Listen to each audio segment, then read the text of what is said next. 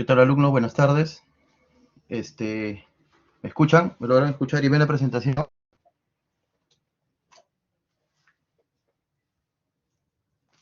¿Me confirman, por favor, para iniciar?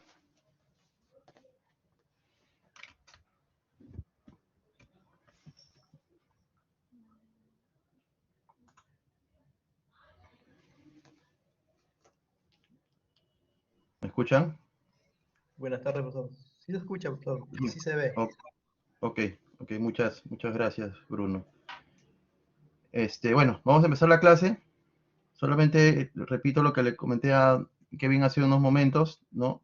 Esta clase, las clases de hoy no estaban programadas en el sistema porque es feriado, entonces yo tengo que reprogramar en otra fecha.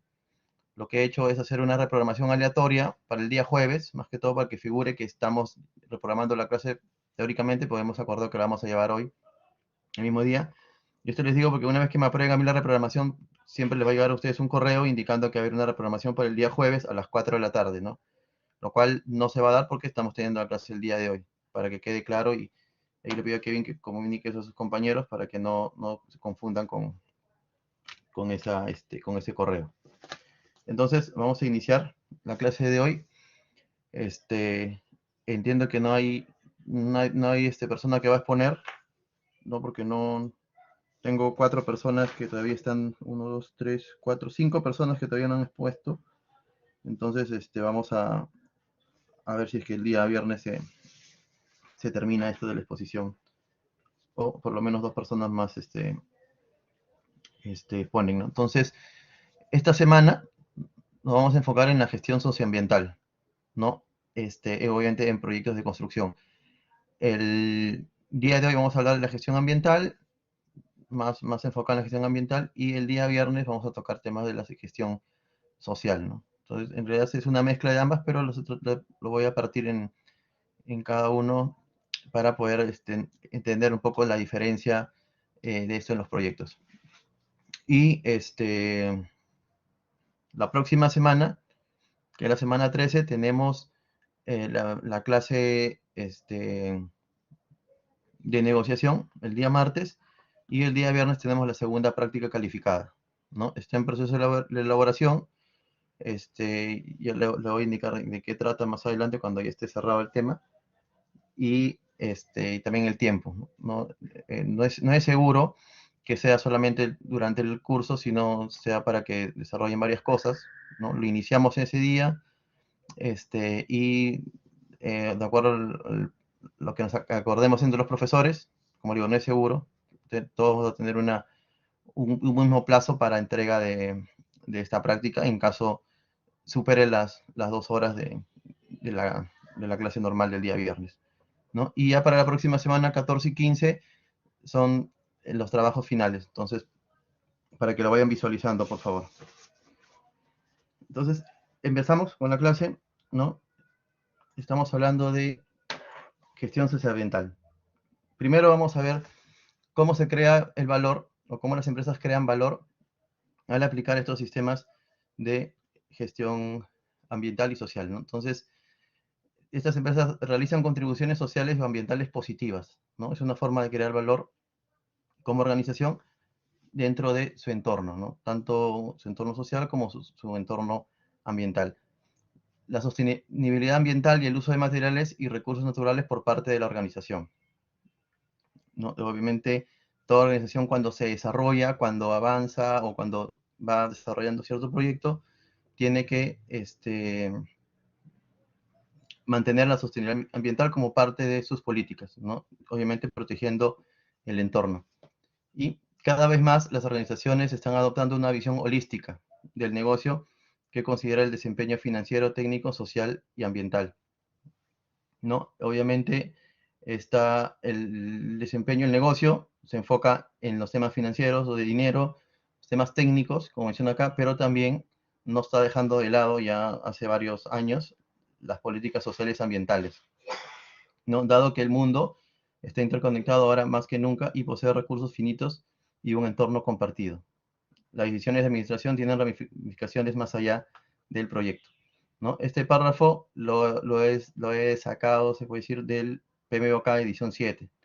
donde en algunos capítulos hace mención a esta gestión ambiental y social con bastante énfasis, ¿no? Entonces, ¿qué nos quiere decir eso? Que cada vez las organizaciones se van orientando siempre en los temas también sociales y ambientales. ¿Cuáles son los valores? Primero, es mantener la sostenibilidad del negocio y obviamente del medio ambiente, ¿no? Entonces, acá nace una pregunta. ¿El entregable produce un impacto positivo? Acá entregable, ¿qué quiere decir? El proyecto para nosotros, ¿no? Como es el proyecto de construcción, produce un impacto positivo en los parámetros económicos, sociales y ambientales. Nos hacemos esa pregunta para responder si es que estamos siendo sostenibles, ¿no? Siempre tiene que ser el impacto positivo, porque si el impacto llega a ser negativo, obviamente la sostenibilidad no se estaría dando, porque estaríamos atentando, en este caso, contra el medio ambiente y el entorno social. Y integridad, ¿no? Integridad, saben que es un valor propio de una persona, y en este caso se refiere al valor que debe tener todo director de proyecto, que es el comportamiento ético puede incluir resaltar posibles defectos o efectos negativos en el diseño del producto, revelar posibles conflictos de intereses, garantizar la equidad y tomar decisiones basadas en impactos ambientales, financieros y de los interesados. Entonces, hablamos de la integridad como un valor para poder tomar las decisiones, pero tomando en cuenta siempre los impactos ambientales. No necesariamente nos tenemos que basar o no nos... Perdón, Daniel. A ver tu pregunta. Claro, tiene que ser sostenible en los tres parámetros, ¿no? De acuerdo a lo que nos dice el PMBOK. Tenemos que crear valor y la sostenibilidad tiene que enfocarse, obviamente, sostenibilidad social, sostenibilidad ambiental y tiene que tener cierto respaldo económico para poder aplicar estas políticas, ¿no? Y obviamente la organización no puede ser sostenible si no tiene, se puede decir, utilidades, ganancias, ¿no? Entonces el factor económico hace que la organización sea sostenible y también tiene que ser sostenible social y ambientalmente en el entorno donde se está desarrollando. ¿Está clara la respuesta, Daniel?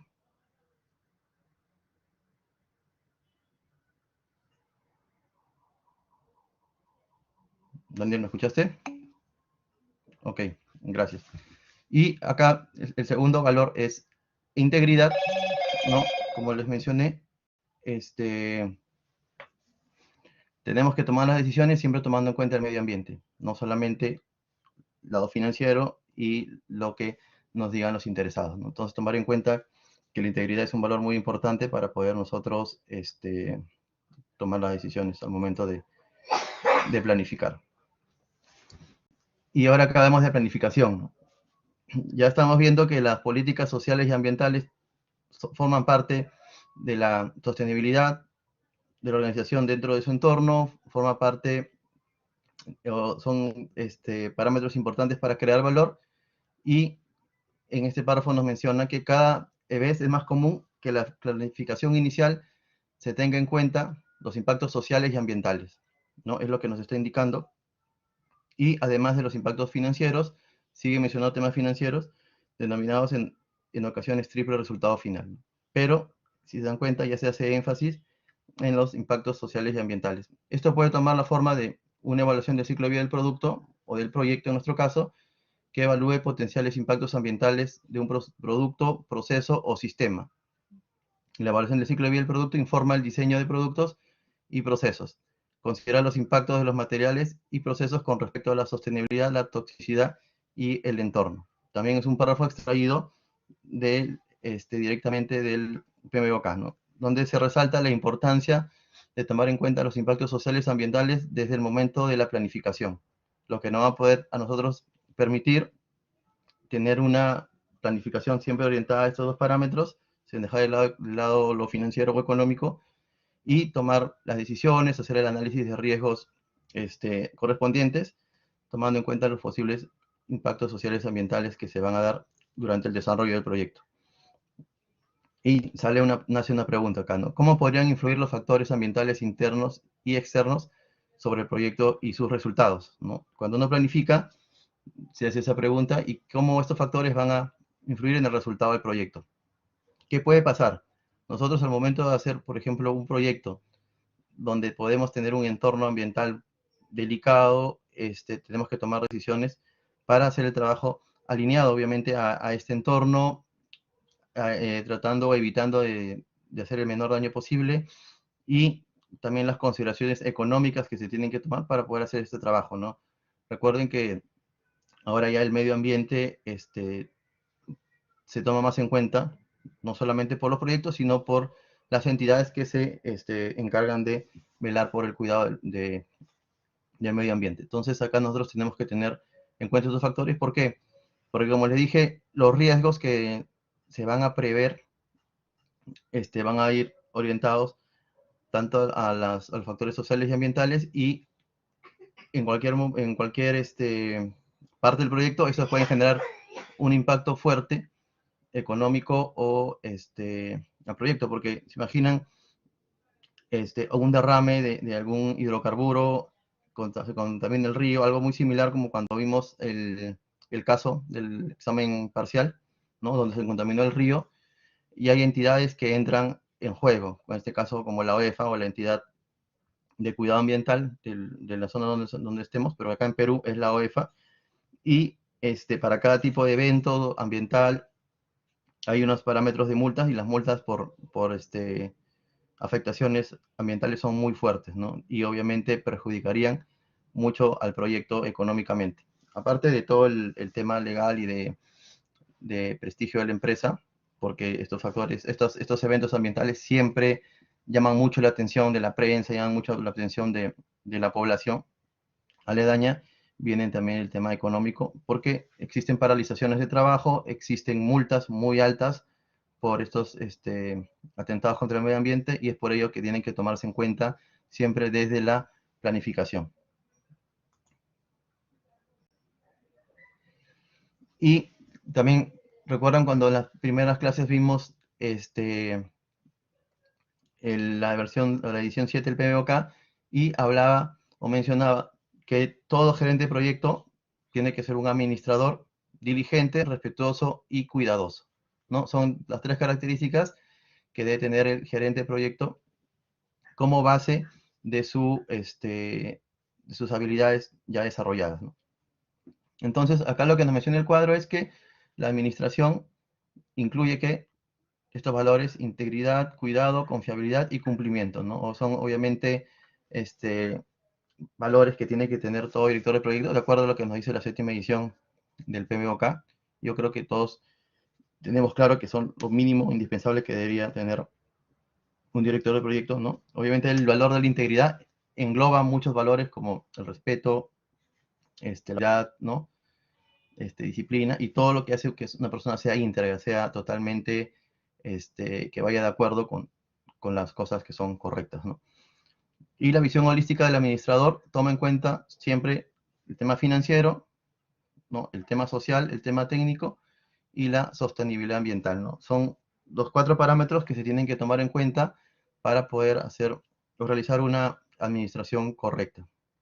Entonces, este cuadro también es extraído de la edición 7 para que lo tengan en cuenta y sepan que la gestión socioambiental dentro del proyecto ahora ya es una parte muy importante que no puede dejarse de lado. Siempre se tiene que tomar en cuenta desde la elaboración de la propuesta, desde la planificación, porque como lo mencioné, los riesgos asociados a una mala gestión de estos dos factores pueden impactar seriamente al proyecto.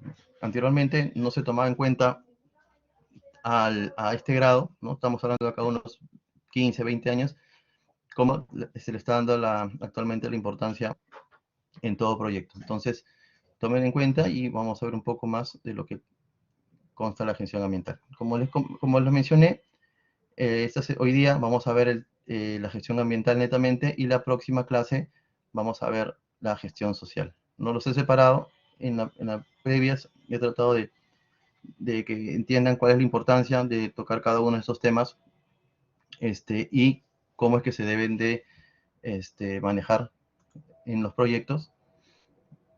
Y nos basamos acá ahora, o nos enfocamos netamente en la gestión ambiental, ¿no? ¿Cuál es el objetivo de la clase o de lo que vamos a conversar es conocer los conceptos básicos de un sistema de gestión ambiental que deben aplicarse en la gerencia de proyectos de construcción, ¿no? Ya vimos que en el PMBOK, en la edición 7, nos están indicando claramente que son factores que se tienen que tomar en cuenta, tanto social como ambiental, y esto cómo se debe aplicar a un sistema de gestión de un proyecto. Entonces vamos a compartirles un video, más que todo ilustrativo, de qué es el medio ambiente y cómo está afectando actualmente el cambio climático al ambiente para poder continuar, ¿no?, con lo que continúa en la clase. A ver, voy a apagar la cámara un segundo y voy a dejar de compartir acá. Y vamos a compartir el video. Es un video de 5 minutos, muy corto, de YouTube. Espero que no haya propaganda.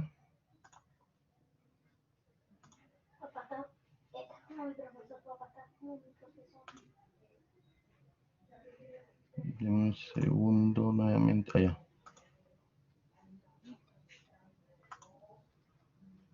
Vamos a cerrar acá.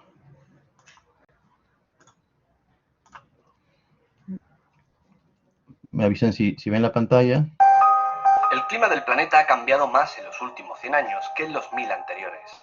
Lejos de ser una curiosidad científica, es un fenómeno global que amenaza con cambiar el mundo tal y como lo conocemos.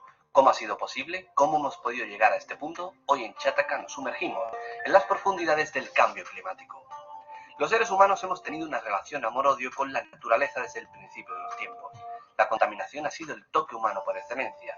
De hecho, si sabemos que existieron asentamientos humanos en algún lugar del mundo, es precisamente porque encontramos desechos, residuos o rastros de contaminación en ese lugar. Pero antes de hablar del impacto que causamos, veamos los datos. El dióxido de carbono está en 403,28 partes por millón, el récord histórico en 650.000 años. La temperatura ha subido casi 1,5 grados desde 1880. 9 de los 10 años más calurosos del registro han ocurrido en los últimos 16 años. El hielo ártico está decreciendo al ritmo de 13,4% cada década. El hielo terrestre se pierde a un ritmo de 287.000 millones de metros cúbicos al año. Las pérdidas en Groenlandia se han duplicado entre 1996 y 2005. Y el nivel del mar sube 3,4 milímetros por año. La media mundial ha subido 178 milímetros en los últimos 100 años y ya amenaza a 1.000 millones de personas. Por tanto, ahora la pregunta es, ¿cómo hemos llegado hasta este punto? Hoy por hoy, pese a los años de debate interesado, nadie discute el cambio climático, como tampoco nadie duda del impacto del ser humano en él. Ahora, el debate, de darse, se circunscribe a qué parte de ese cambio se debe la acción del hombre y qué parte a dinámicas propias de la evolución del planeta. Pero lo cierto es que desde hace años nosotros llevamos dejando huella en el planeta de forma notable. Y no hablamos de pequeños depósitos de residuos, cimas de huesos o cajas de herramientas prehistóricas. Conforme las sociedades humanas crecían, las capacidades de contaminar también aumentaban. Uno de los ejemplos históricos más llamativos es el monte Testaccio en Roma. Esta colina triangular cubre un área de 20.000 metros cuadrados y tiene más de 30 metros de altura. No sería nada demasiado llamativo si no fuese porque está compuesta por 26 millones de ánforas rotas. Entre los siglos I y III después de Cristo, Roma era un monstruo con una sed insaciable de aceite de oliva y miles de ánforas la surtían cada día. Estas ánforas llegaban desde todas las partes del imperio, pero sobre todo desde la provincia bética, al sur de España, a muchos kilómetros de distancia. Como por aquel entonces devolver las ánforas a su lugar de origen era mucho más caro que desecharlas, una vez se vaciaban, se tiraban al monte Testaccio y se cubrían con cal viva. A día de hoy, casi 2000 años después, el monte continúa allí en pleno corazón de Italia. Si ahora viajásemos al mismísimo centro de otro imperio, el británico, en plena época victoriana, también veríamos cómo el peor de los barrios de Londres era un apiñamiento casi inimaginable. Según los historiadores, en las 27 casas de un callejón vivían 1.100 personas, es decir, más de 40 por vivienda de media, llegando a situaciones en las que en una sola casa, con 9 camas, vivían 63 personas. Eso provocaba gigantescas masas de gente que creaba una cantidad brutal de excrementos y residuos, algo que sumado a las 40.000 toneladas de basura del ganado y cabalgaduras, hacían que, por ejemplo, el Támesis fuese un torrente continuo de estiércol líquido. Estos abusos tan salvajes y sistemáticos son los que han ido provocando cambios en el planeta. Es cierto que con más de 50 años de trabajo y cantidades ingentes de dinero, el gobierno británico consiguió salvar el Támesis, empezando a recuperar la flora y la fauna marina que en su día la habitaron. Pero no siempre ha sido así, no siempre ha sido posible, haciendo cada vez más patente a lo largo de la historia que el ser humano tiene la capacidad para cambiar la naturaleza. Lo que no sabíamos es cuánto podíamos cambiarla. Por supuesto, nuestra acción no es el único motivo del cambio climático. La variabilidad de los océanos y su temperatura, las enormes extensiones de vegetación, el vulcanismo o las variaciones orbitales también influyen. Afortunadamente, impulsados por la urgencia, ahora surgen medidas sociales, estatales e internacionales para reducir la huella del carbono, el consumo del agua y las emisiones de gases invernadero que nosotros mismos en parte estamos favoreciendo y produciendo. Lo que no está claro es cuál será la eficacia de estas medidas ni hasta qué punto este es un proceso sin retorno. Lo que sí es evidente es que así hemos llegado a calentar la Tierra y si algo tenemos claro es que para solucionarlo debemos de tener la cabeza bien fría.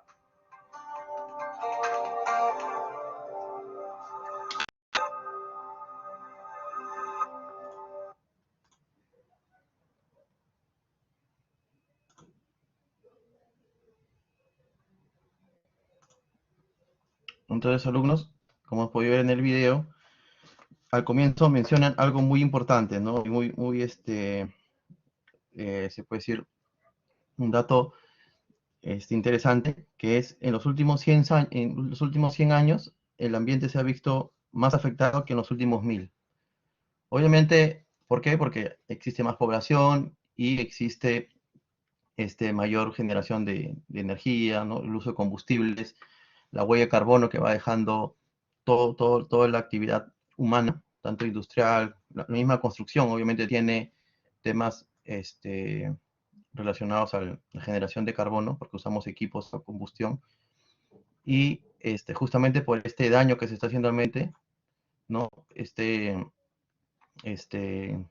efecto invernadero que ahora está, se puede decir, afectando, como se mencionó, los deshielos, ¿no? La cantidad de hielo tanto superficial como marítimo que se está perdiendo, justamente por este calentamiento global, que es generado obviamente por las actividades, y una de las actividades humanas, y una de las actividades que generan estas fallas o estos impactos en el ambiente es la construcción, ¿no? Entonces, ¿qué se toma en cuenta ahora para todo proyecto?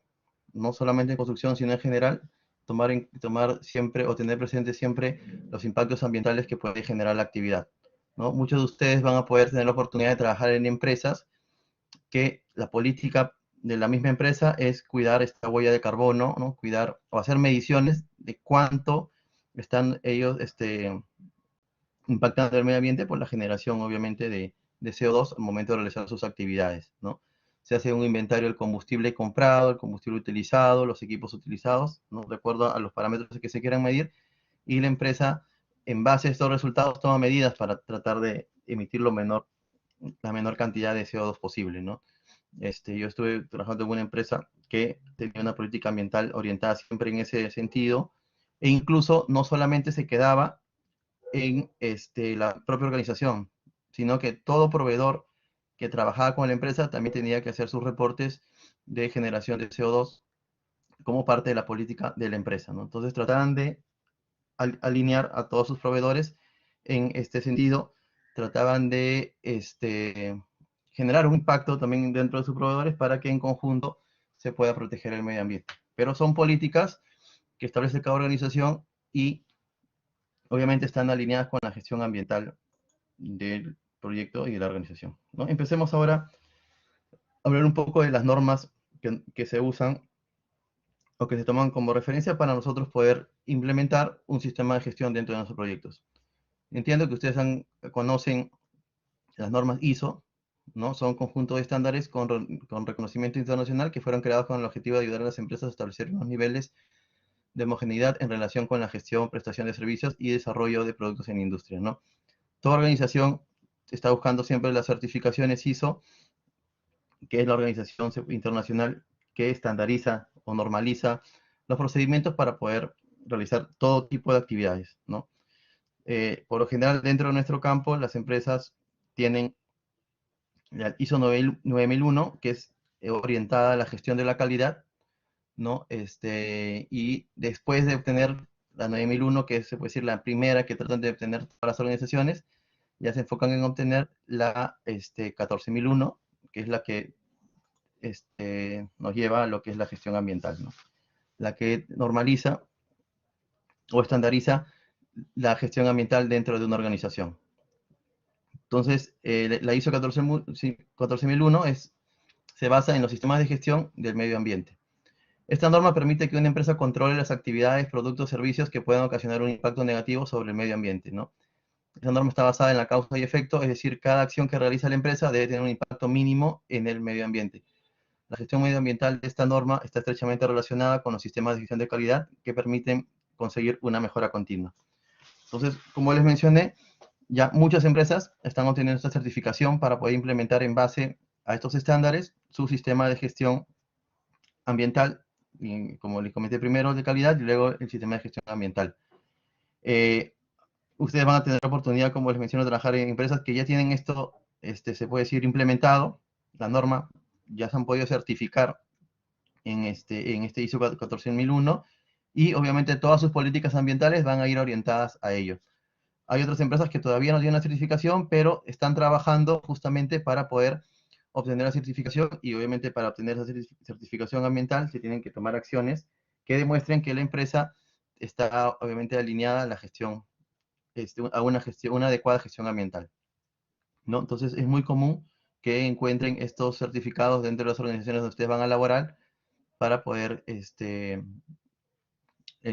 saber, ¿no? cuál es la política de la empresa, de la organización. Y obviamente todo lo que se implementa de la gestión ambiental de la empresa se traslada a sus proyectos o a todo campo de acción de la organización. En este caso, en nuestro caso sería pues en el campo de la construcción, donde se aplican todas estas políticas o estándares que se establecieron para la gestión ambiental. ¿Cuáles son los principales beneficios para una empresa que disponga de la certificación ISO 14001? La reducción de costes o costos por el uso optimizado de recursos. Aumento de la rentabilidad al reducir el costo energético y las emisiones. Mejora la reputación y la imagen de la marca, aumenta la eficacia de los procesos, minimiza el riesgo de accidentes medioambientales e implica a los empleados con la protección del medio ambiente, ¿no? Son los beneficios principales que se obtienen al nosotros tener un sistema de gestión del medio ambiente, y como les menciono, que por lo general siempre está basado en esta certificación, que es la más conocida, es la más famosa, la que más se utiliza, sobre todo acá en Perú. Hay otras certificaciones, sí, se pueden seguir certificando o viendo otras instituciones que hacen este tipo de certificaciones, pero la más conocida es la ISO, y es la que nos vamos a encontrar muy probablemente cuando empecemos a trabajar. Ahora, también hay otra certificación, ¿no? que se utiliza bastante en la Unión Europea, donde se reconoce a aquellas organizaciones que han implementado un sistema de gestión medioambiental y que han adquirido un compromiso de mejora continua verificado mediante auditorías independientes, ¿no?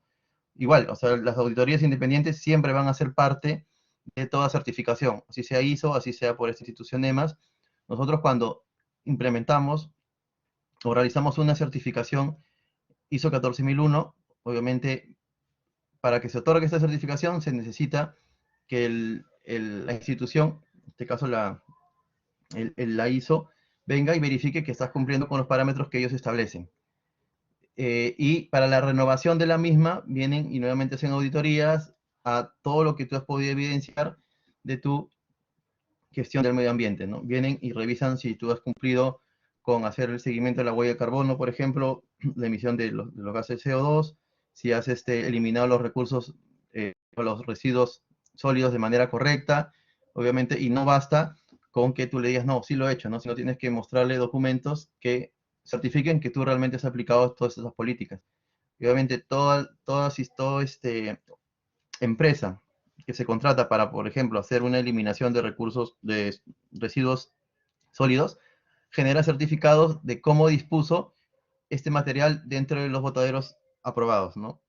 Si se ha reciclado el plástico, si se ha botado en los rellenos sanitarios, pero todo tiene que ser sustentado con documentos, y ustedes, cuando sean directores de proyecto o trabajen en cualquier actividad dentro del proyecto, siempre tienen que estar pendientes de que estos certificados se den y que queden archivados de una manera correcta, ¿no? Muchas veces estos certificados que van relacionados a toda la gestión ambiental son parte de los informes que se emiten al cliente. Por ejemplo, ¿no? Dentro de todos los entregables que se incluyen dentro de un informe mensual de avance, un informe mensual de reportabilidad, ¿no? del proyecto, siempre se toma en cuenta el tema de seguridad y el tema ambiental. El tema ambiental, que se adjunta todos estos documentos que avalan que toda tu eliminación de residuos, tu huella de carbono, ¿no? Todo lo que se ha establecido dentro de tu contrato se ha sustentado de manera correcta. Entonces, es muy importante contar con estos sustentos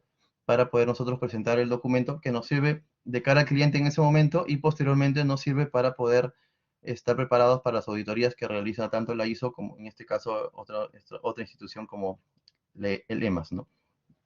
Entonces, tengan en cuenta la importancia de estos documentos para la gestión medioambiental. ¿Qué incluye un sistema de gestión ambiental? La estructura organizativa, actividades de planificación, responsabilidades, prácticas y procedimientos, procesos y recursos.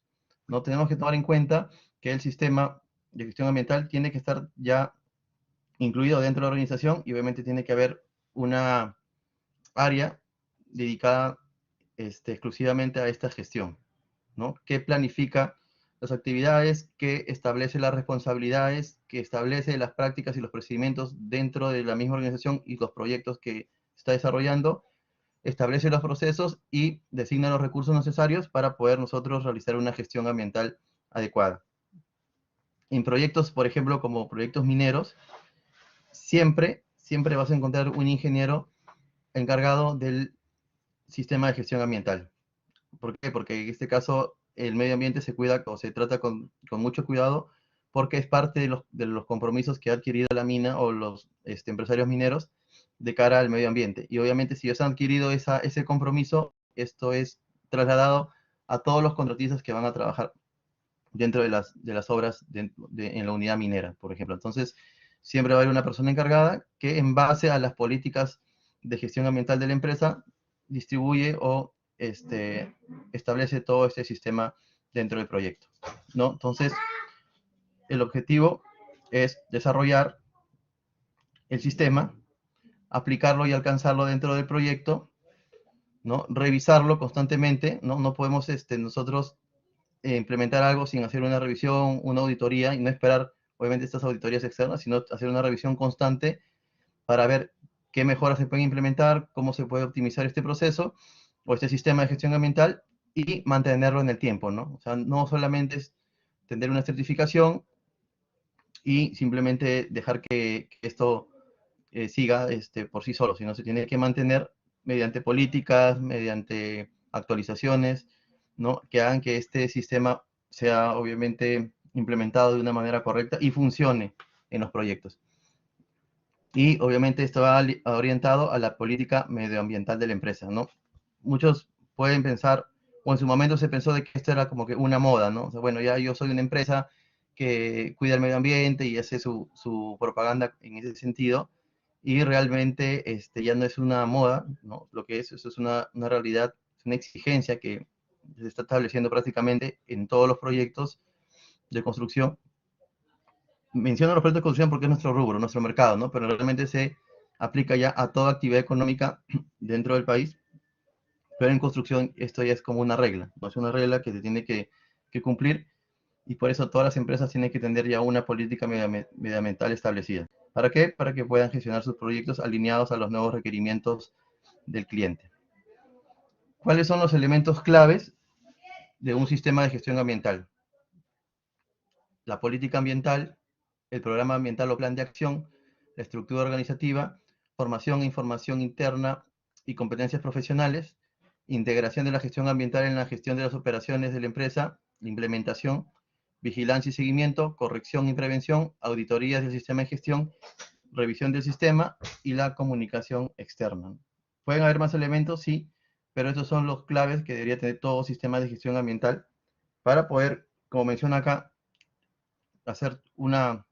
luego de la implementación de la política, del programa y de la estructura organizativa, todo lo que se implementa tiene que tener siempre una vigilancia y seguimiento, obviamente para que se mantenga, como mencionamos en la diapositiva anterior, y se tiene que actualizar y corregir en base al desarrollo del mismo, ¿no? Entonces nosotros no podemos confiar de que todo está bien, que todo está marchando bien sin poder hacer nosotros una corrección y tomar las decisiones preventivas para que esto funcione, ¿no? Y obviamente las auditorías son herramientas necesarias para poder revisar si esto está implementándose de manera correcta. Entonces son elementos claves, los menciono así brevemente porque ustedes tengan presente de que todo sistema de gestión ambiental debe tener como mínimo estos 10 puntos. Como les digo, puede tener más puntos, sí, va a depender mucho de la política de gestión ambiental de la organización. Entonces, para yo implementar una fase de implementación, como les dije, muchas empresas están en este momento preparándose para obtener la certificación.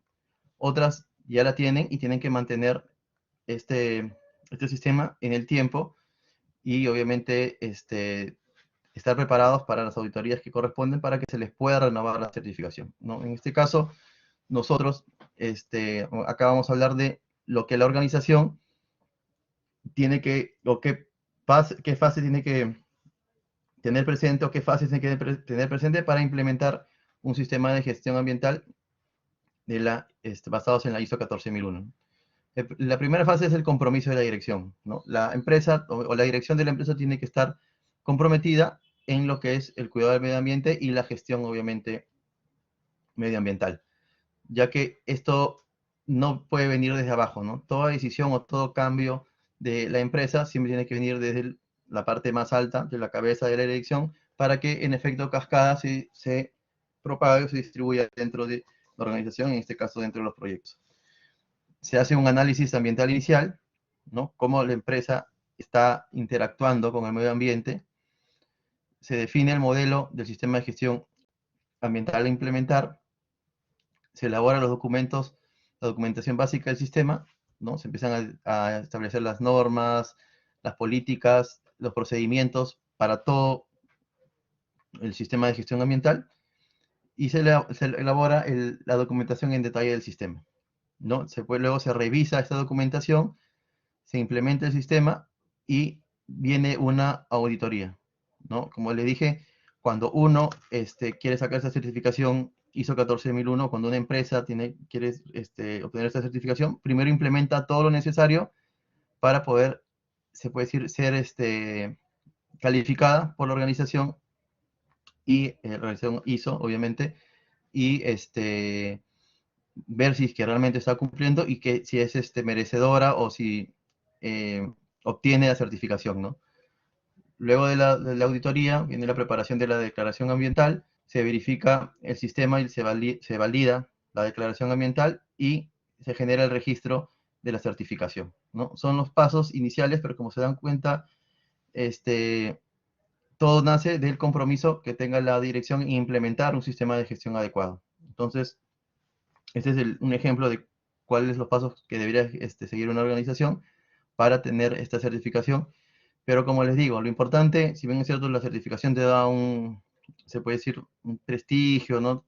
Certifica, valga la redundancia, de que tú estás trabajando alineado con el cuidado del medio ambiente. Lo importante es que se cumpla lo que tú estás profesando de una manera responsable, ¿no? Entonces, y obviamente, como les dije, esto se traslada a todos los proyectos. Entonces, ustedes como directores de proyectos, de acuerdo a lo que hemos visto en las primeras diapositivas y lo que nos indica el PMBOK y de acuerdo a las políticas ambientales de la empresa, se tienen que implementar de una manera correcta en el proyecto y velar que se cumpla pues todo lo establecido, ¿no? Entonces, es una responsabilidad que todo director de proyecto tiene que tener bien claro para poder ejecutar el sistema de gestión ambiental. Entonces, empezamos con la primera pregunta. Mencione dos elementos claves de un sistema de gestión ambiental. Entonces, como siempre, vamos a colocar la pizarra en blanco para que puedan participar y acumulen su punto de participación. Realmente lo van a necesitar muchos porque hay exposiciones que no han salido muy bien, que digamos, y necesito que aprovechen estas participaciones para que puedan mejorar su puntaje.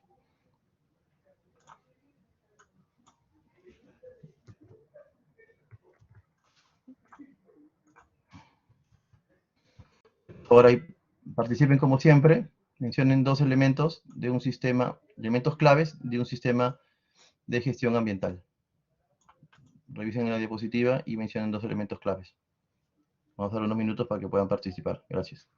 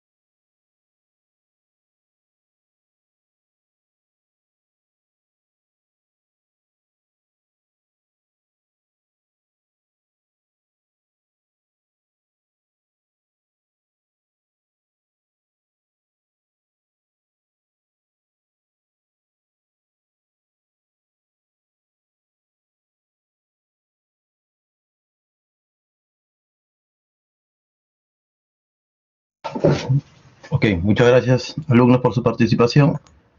Procedo a descargar. Hay un alumno que no ha participado. Entiendo que no está presente, pero continuamos entonces con la clase.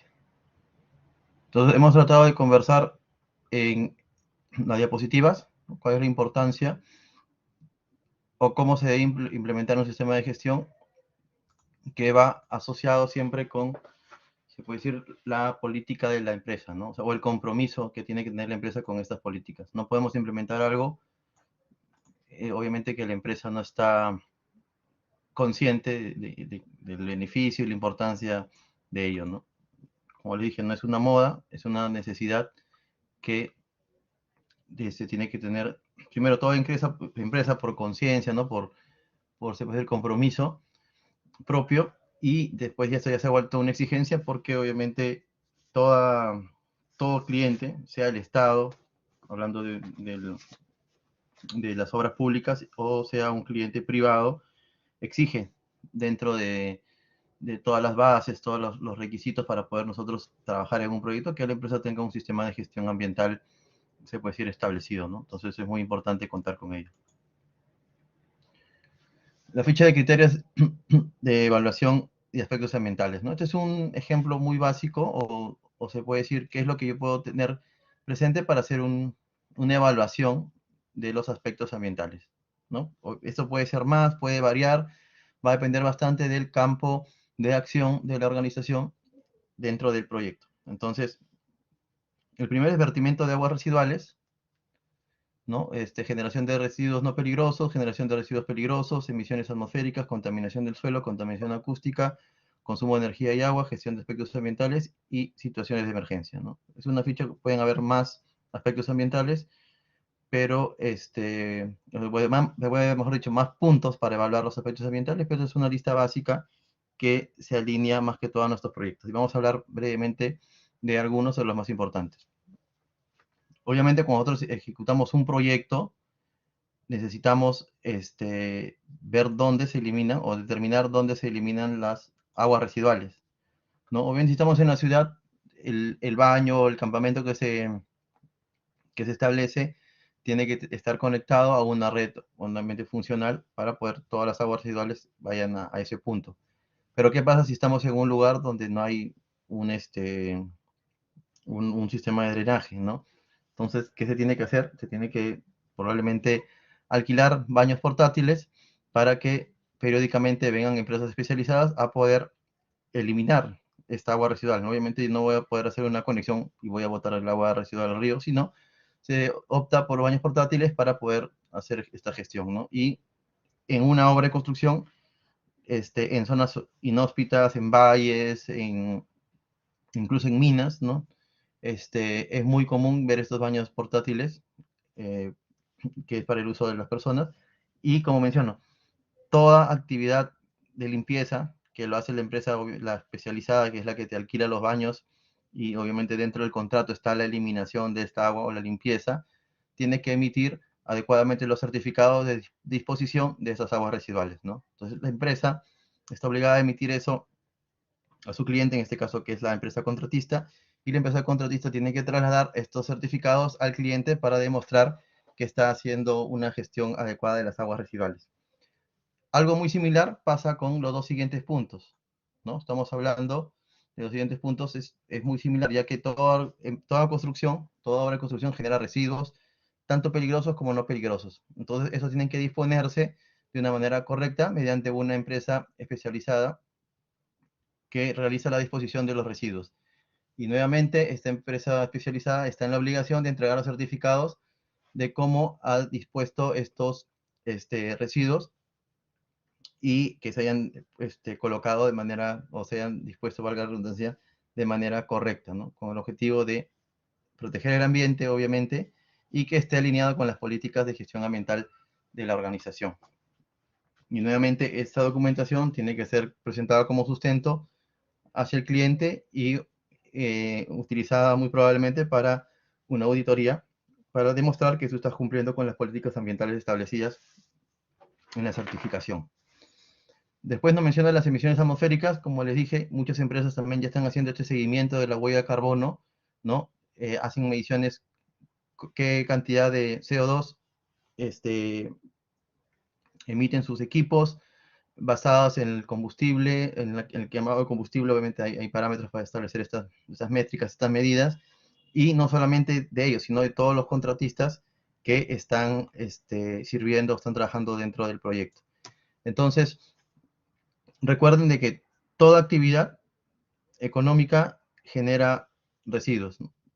Desde el primer momento que yo compro algo a una ferretería, y la ferretería trae las herramientas al proyecto, yo ya estoy generando un impacto ambiental. ¿Por qué? Porque ese transporte obviamente utilizó un vehículo que genera emisiones de CO2 y que obviamente atenta contra el medio ambiente, ¿no? Entonces, esa huella de carbono que va dejando ese vehículo tiene que ser medida, tiene que ser controlada para poder yo tener un seguimiento de cómo mi actividad está impactando en el medio ambiente. Como les digo, estas son políticas de cada organización y muchas empresas se lo toman bien en serio y se establecen siempre desde un comienzo del proyecto porque están alineadas a lo que ellos aseguraron cumplir dentro de la certificación.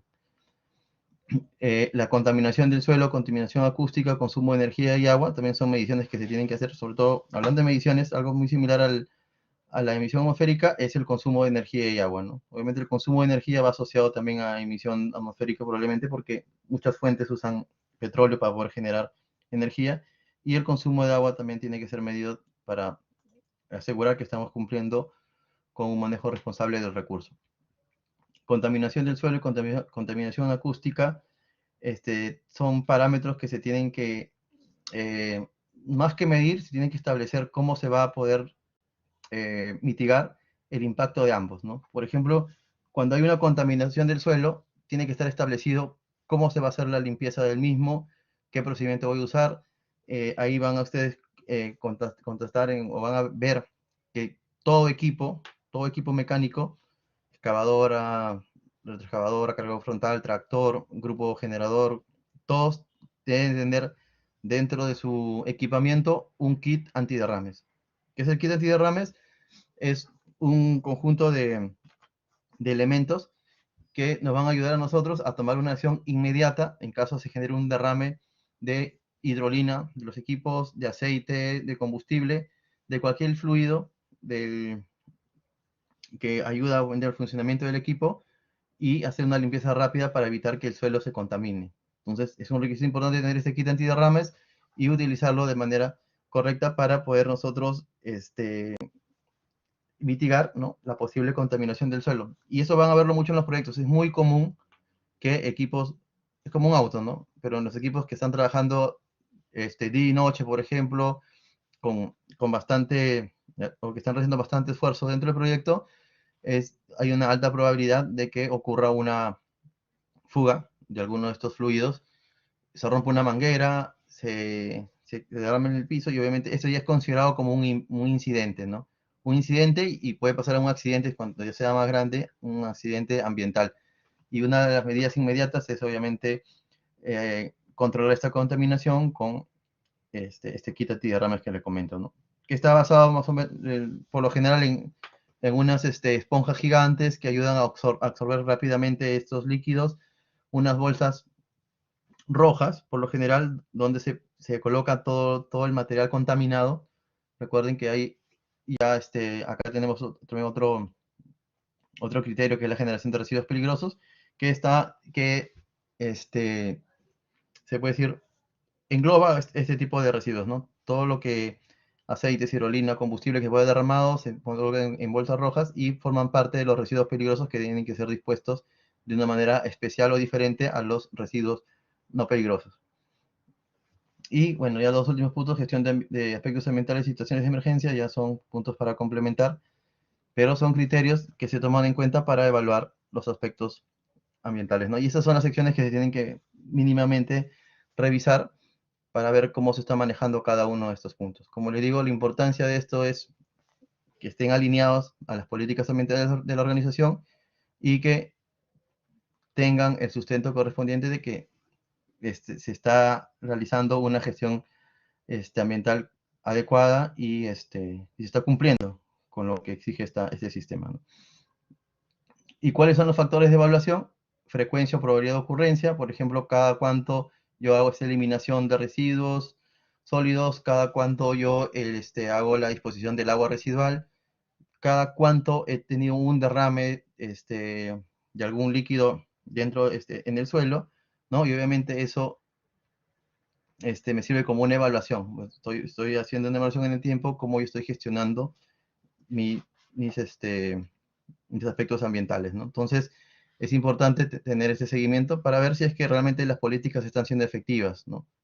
¿Qué pasa si es que yo reporto derrames muy seguido, ¿no? Entonces, ¿qué quiere decir?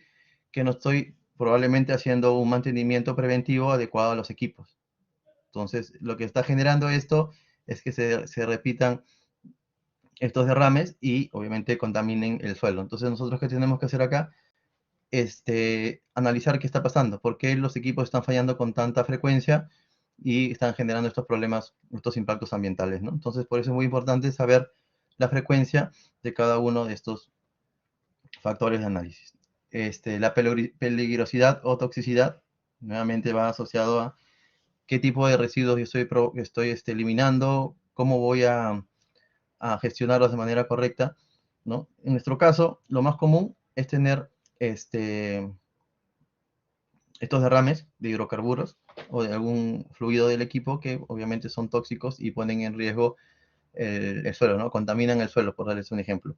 Pero también tenemos, a veces, parte de nuestros proyectos o parte de nuestro alcance es eliminar muchas veces residuos peligrosos, ¿no? Por ejemplo, si yo tengo que hacer una nueva instalación de una línea de agua y tengo que reubicar una tubería antigua de muchos años como se usaba antes y hasta ahorita se siguen encontrando estas famosas tuberías de asbesto cemento, ¿no? Por ejemplo, para darles un ejemplo, qué tan peligroso es este material, ¿no? Muchos lo relacionan esto directamente con el cáncer y obviamente toda la tubería que yo puedo reubicar o que tengo que retirar para instalar la nueva tubería no puede ser eliminada o no puede ser dispuesta de una manera común. Tiene que tener los cuidados necesarios para que esta tubería, en este caso es muy peligrosa y muy tóxica, manejarla por una empresa que obviamente, por nosotros mismos, no tiene que ser una empresa especializada para que haga la disposición adecuada, ¿no? Entonces se tiene que evaluar también este factor. ¿Qué tan peligroso o qué tan tóxico es lo que yo estoy procediendo a eliminar o a disponer, ¿no? Y también se toma en cuenta cuál es la cantidad o el volumen que estoy eliminando, ¿no? Entonces se toman en cuenta esos tres factores para yo evaluar esta lista de secciones de análisis, ¿no? Entonces prácticamente es una tabla a doble entrada, ¿no? Donde se listan todas estas secciones de análisis y cada una se evalúa de acuerdo a su frecuencia de probabilidad, la peligrosidad o toxicidad o la cantidad o volumen emitido. ¿Pueden haber otros factores de evaluación? Sí, dependiendo lo que se quiera controlar, pero estos tres son los mínimos necesarios para poder tener una cantidad o se puede decir, una evaluación mínimamente aceptable, ¿no? La integración de intereses económicos y ambientales. Acá vamos a hacer algunas menciones de las normas técnicas peruanas que se puede decir, son aplicables solamente, obviamente en base acá en Perú, ¿no? Y han sido desarrolladas, como mencioné en la diapositiva, por el Indecopi, ¿no? Entonces, ya existen normas que me indican cómo yo voy a manejar los residuos en la actividad de construcción. ¿Qué quiere decir con esto? Si bien es cierto, yo tengo una política de gestión ambiental, recuerden que toda política de gestión ambiental tiene que estar alineada con la normativa local donde se encuentre la actividad económica, en este caso donde se encuentra el proyecto, donde se encuentra la organización, donde se encuentra la empresa. En este caso estamos en Perú, tenemos que basarnos o cumplir lo que establecen estas normas técnicas peruanas, ¿no? Y vamos a pasar a mencionar algunas.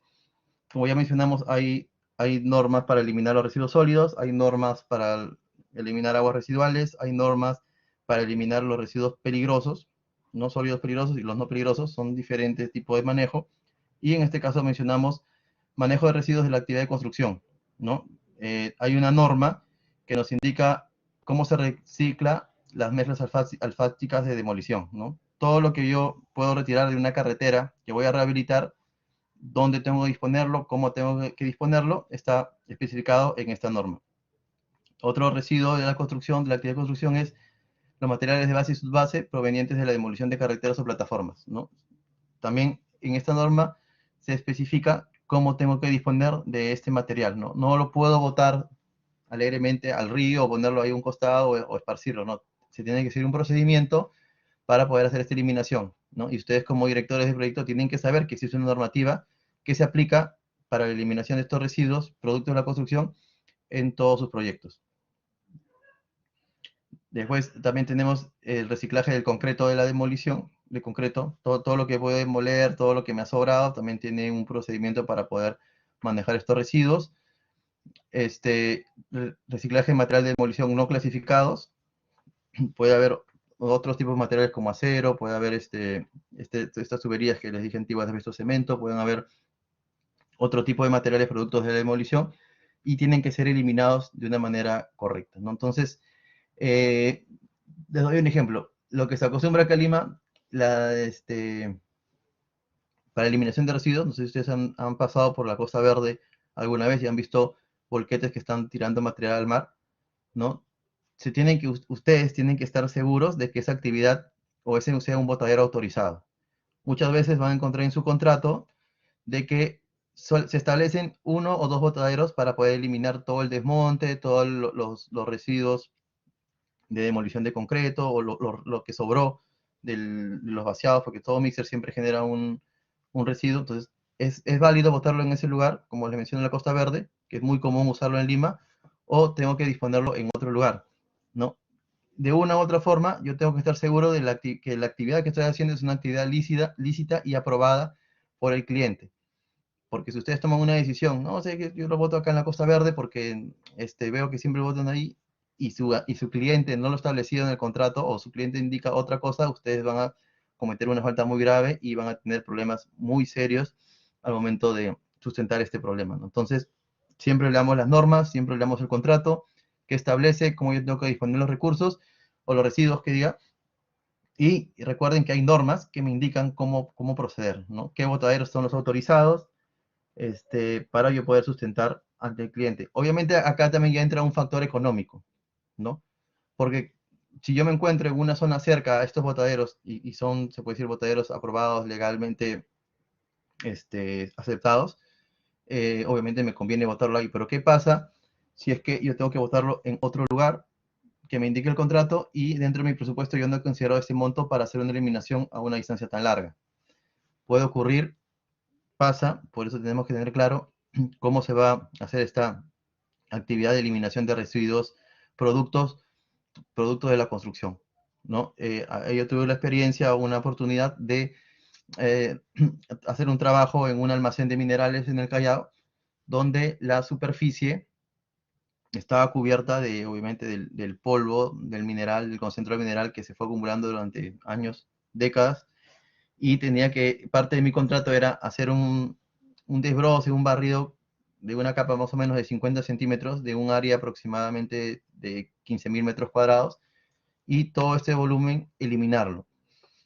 Pero yo no podía eliminarlo de una manera normal, de una manera, se puede decir, cotidiana, sino tenía que eliminarlo de acuerdo a lo que me especificaba el contrato. ¿Y qué me especificaba el contrato? De que yo tenía que trasladar este material contaminado en volquetes encapsulados, ¿no? Obviamente que los volquetes encapsulados son mucho más caros que un volquete normal con tolva abierta, y tenía que trasladarlo a la unidad minera, a una de las unidades mineras de este almacén de minerales, ¿no? Este almacén de minerales pertenecía a la empresa Glencore y tenía una unidad minera en Junín, más o menos a 4.500 metros de altura, y ellos tenían ahí una presa de relaves donde yo tenía que eliminar este material contaminado. No podía botarlo en cualquier otro lugar, sino tenía que eliminarlo, y dentro de mi presupuesto estaba considerada esta eliminación. Obviamente hubieron algunos errores de cálculo, más que todo en volumen y de esponjamiento, pero igual, o sea, así yo haya estado perdiendo dinero en esa actividad, no podía hacer otra cosa sino cumplir con lo que establecía mi contrato. Entonces es muy importante que ustedes como directores de proyecto conozcan estas normas, conozcan lo que dice el contrato, conozcan las exigencias del cliente para que no cometan errores, porque como les digo, los errores de este tipo son muy costosos, ¿no? Un atentado al medio ambiente, por lo general siempre está asociado a una multa, y una multa en todo proyecto creo que es una de las peores cosas que te pueden pasar, que te multen por una deficiente gestión ambiental. Y bueno, y la última que mencionamos acá, gestión ambiental de residuos, manejo de baterías usadas, acumuladoras de plomo, residuos usados, tratamiento, reciclaje y disposición final, ¿no? Solamente se han mencionado algunas, porque hay mucho más, que están asociadas a nuestro campo, que es la construcción, y tenemos que tener conciencia de que existen y tenemos que saber que tenemos que cumplirlas. Entonces, yo les quise mencionar algunas para que las tomen en cuenta y no se les vaya a escapar, ¿no? Luego hay gestión ambiental ya un poco más detallada en proyectos en áreas protegidas, ¿no? A las áreas protegidas son los parques nacionales, las reservas nacionales, los ríos, una zona, que obviamente, como su propio nombre dice, está protegida por el Estado para poder nosotros tratar de que el impacto sea mínimo, y obviamente son proyectos ya más complejos, más especiales, pero están amparados por todas las leyes o la normatividad que se menciona acá, ¿no? Entonces, saber de que hay artículos en la Constitución que se enfocan, ¿no?, en proteger obviamente estas áreas, o cómo voy a gestionar mi proyecto dentro de esas áreas, ¿no? La Ley de Áreas Naturales Protegidas del Estado, la Ley 26834, el Código Penal de Delitos contra la Ecología, también dos artículos menciona estos puntos que debo tomar en cuenta, la Ley Orgánica de Gobiernos Regionales y la Ley General del Ambiente, ¿no? Son 5 documentos que son aplicables para este tipo de proyectos, y también tengo que mencionarlos para que ustedes lo conozcan, ¿no? Obviamente, en su debido momento, cuando se estén trabajando, tengan la responsabilidad de gestionar un proyecto, tienen que saber que existen este tipo de leyes que ya están estableciendo cómo yo voy a realizar mis labores.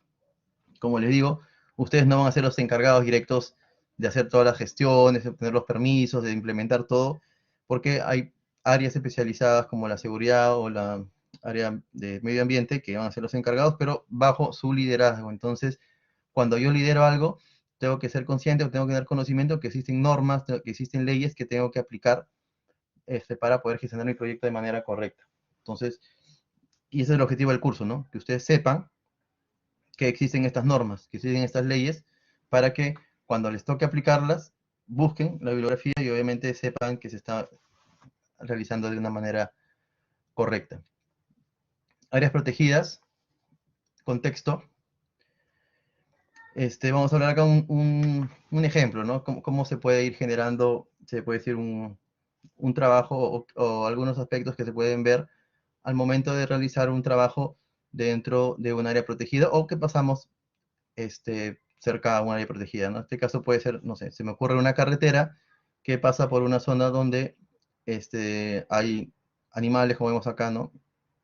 Hay llamas, vicuñas o alpacas, el animal predominante de la zona, hay aguas naturales, hay pastos, y obviamente tengo que tomar algunas medidas para poder hacer ese trabajo, ¿no? Entonces, ¿cuál es el contexto muy común dentro de este tipo de proyectos? Es primero que hay unos conflictos entre funcionarios del medio ambiente y otras instituciones. ¿Por qué? Porque lamentablemente en el Estado peruano nunca o no se toman en cuenta muchos factores o se trabajan en conjunto los proyectos, ¿no? Por ejemplo, el Ministerio de Transportes y Comunicaciones hace un trazo por algún lugar que probablemente no tenía el conocimiento de que era una zona protegida, que estaba pasando por una zona protegida, y el medio ambiente, cuando ya está adjudicado el contrato a un contratista, hace sus reclamos y empieza a haber estos conflictos entre los dos ministerios, ¿no? ¿Por qué? Porque no se hizo un trabajo, se puede decir, coordinado entre ambas entidades. Y las responsables de ejecutar los trabajos, por aspecto de costos, solo están obligados a cumplir condiciones y especificaciones establecidas en los contratos, ¿no? Como le dije, entonces, en este caso, pongamos de ejemplo, el Ministerio de Transporte firma un contrato con un contratista y le exige solamente tomar algunas medidas ambientales, pero no se previó probablemente de que era un área protegida, que debe tener cuidados, se puede decir, un poco más extremos, un poco más elaborados, ¿no? Entonces, se genera ya este conflicto también ya entre el contratista obviamente y el Estado, ¿no? Sabes que yo solamente, de acuerdo a mi presupuesto, puedo hacer hasta acá.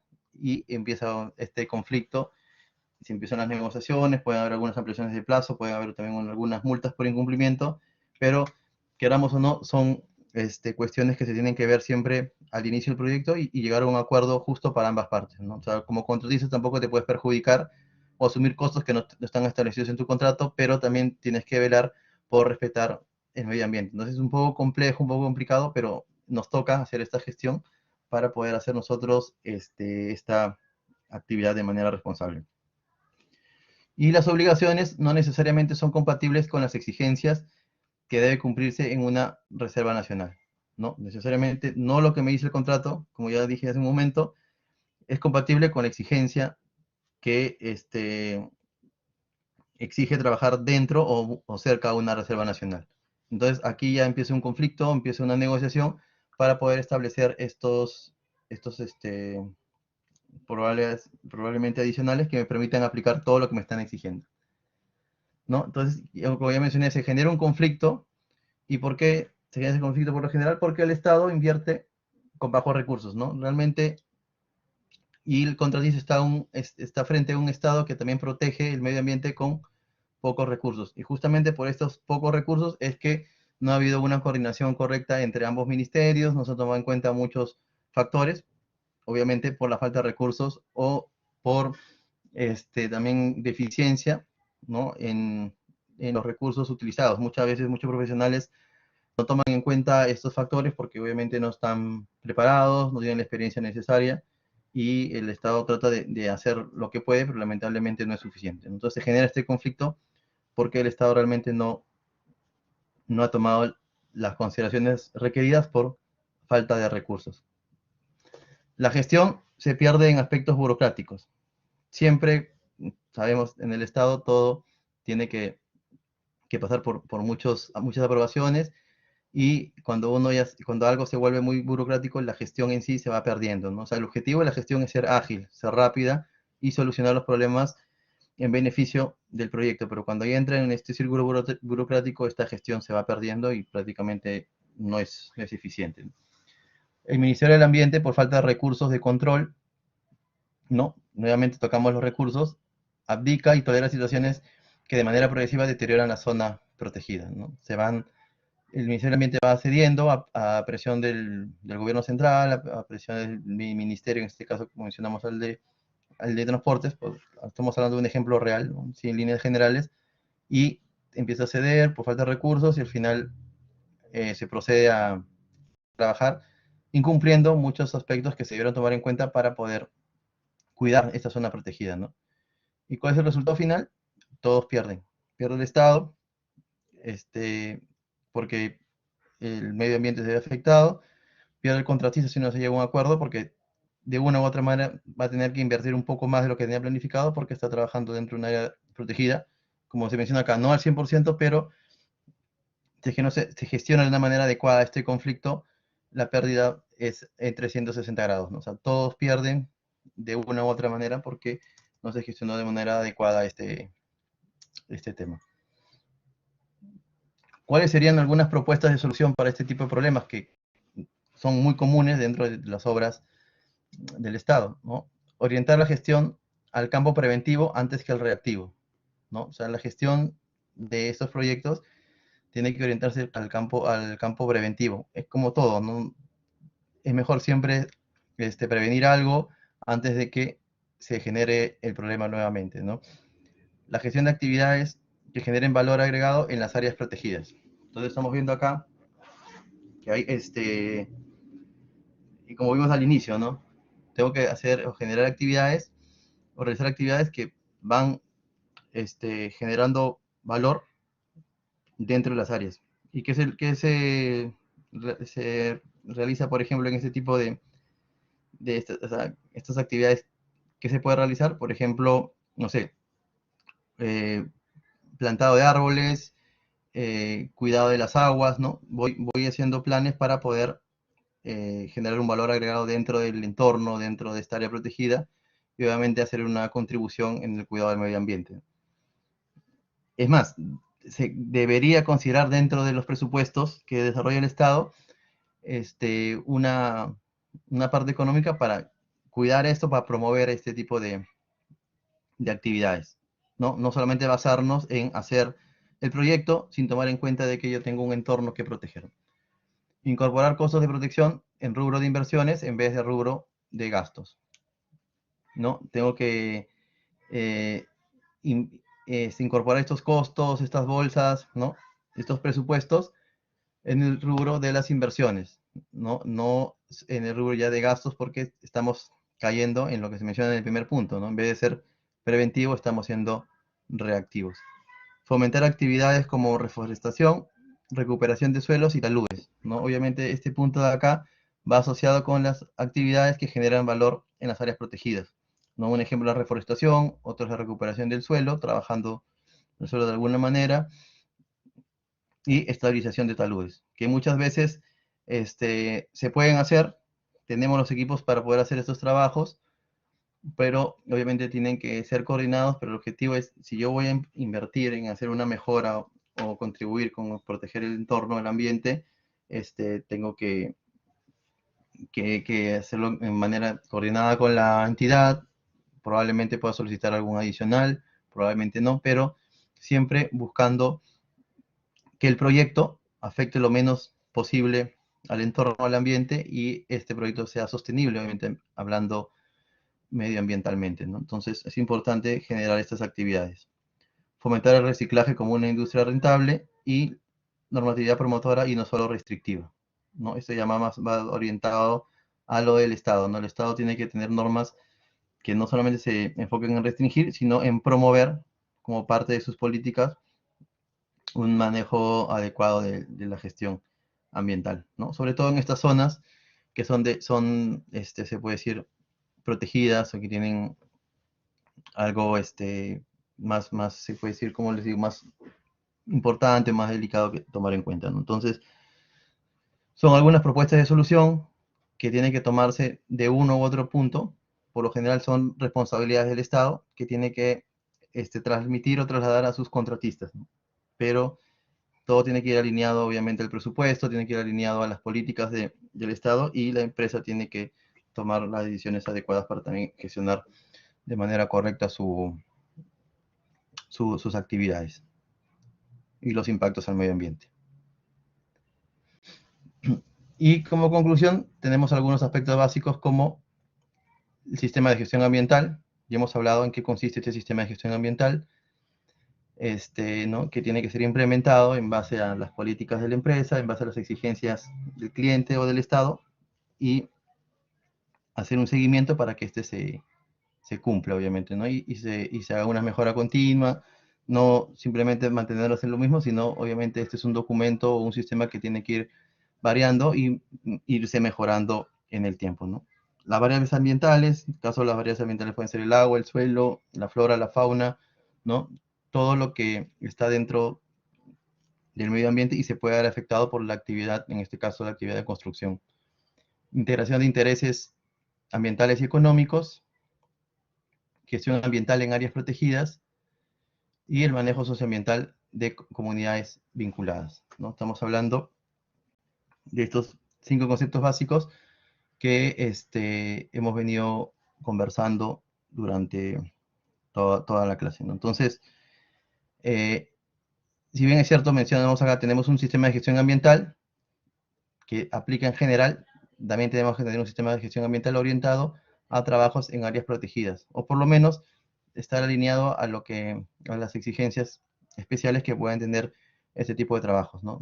Entonces, algo muy importante que sale de toda esta conclusión es que el proyecto, como hemos hablado al inicio de las clases, es un proyecto único, y la toma de decisiones, la planificación del mismo, tiene que ser, como les digo, tiene que ser orientada o tomando en cuenta los factores ambientales, ¿no? No podemos ya actualmente desligarnos en la planificación e incluso la toma de decisiones, ¿no? El análisis de riesgos siempre tiene que tener en cuenta el factor ambiental.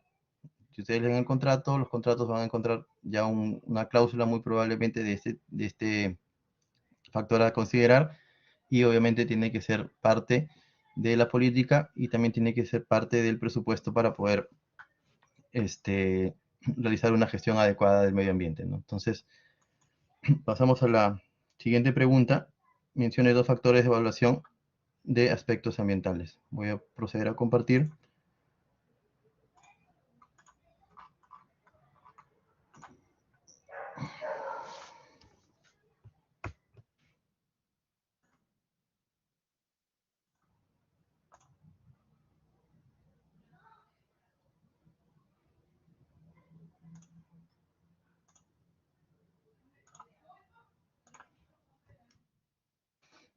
su participación, como siempre, mencionar 2 factores de evaluación de estos aspectos ambientales. Hay unos minutos para poner su respuesta, por favor.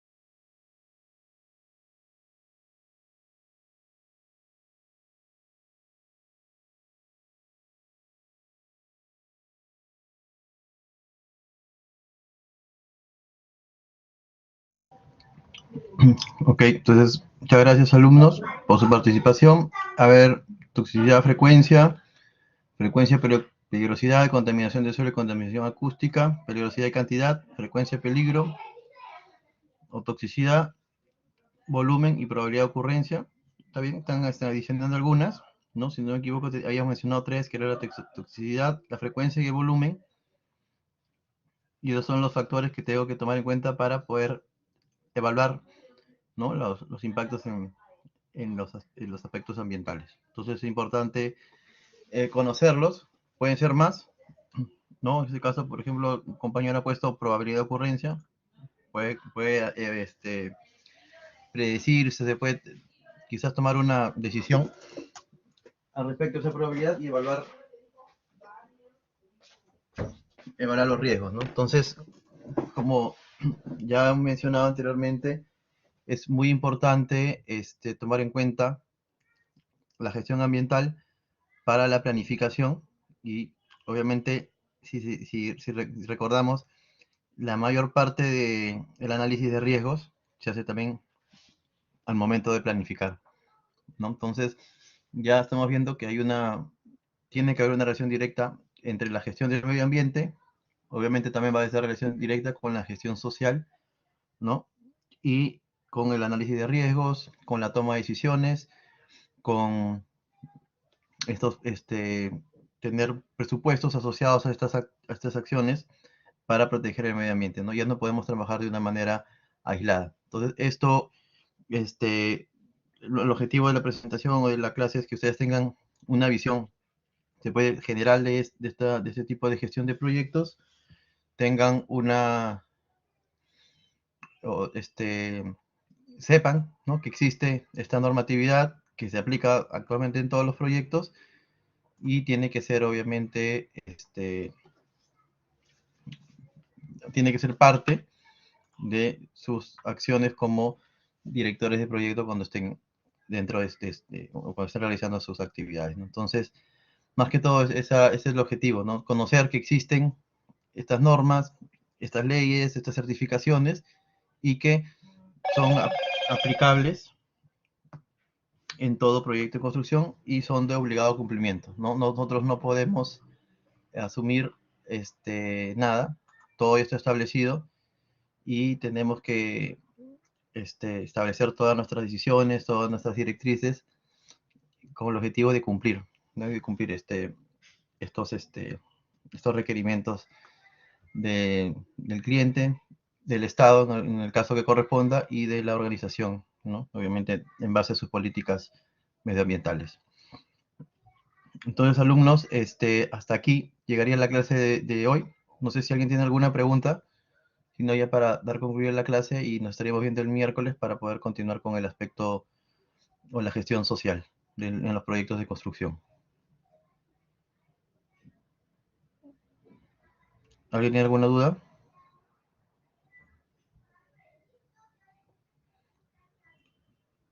Ok, entonces muchas gracias a todos por su participación, por estar presentes en el feriado y recuerden que ya la próxima semana vamos a tener la segunda práctica calificada y ahí vamos coordinando cómo va a ser el procedimiento de la misma. Y también recuerden, las personas que no han realizado exposición, solamente tendríamos 3 clases más para poder realizar la exposición del taller de riesgos, ¿no? Estamos hablando de que tenemos disponible la clase del viernes que diga, de esta semana, la próxima clase del martes de la próxima semana y el día de la práctica sería la última opción para poder hacer la exposición de las 5 personas que están faltando. Entonces, por favor, espero que puedan estar presentes y puedan tener todos la nota por la exposición del trabajo. Entonces, muchas gracias, alumnos. Nos estamos viendo el día viernes en la clase de las 5. Gracias, Kevin. Ahí comuniquen a sus compañeros lo que estamos conversando para que todos tengan claro qué es lo que sigue. Gracias. Gracias, Kevin. Gracias, Yanela. Nos vemos hasta el viernes.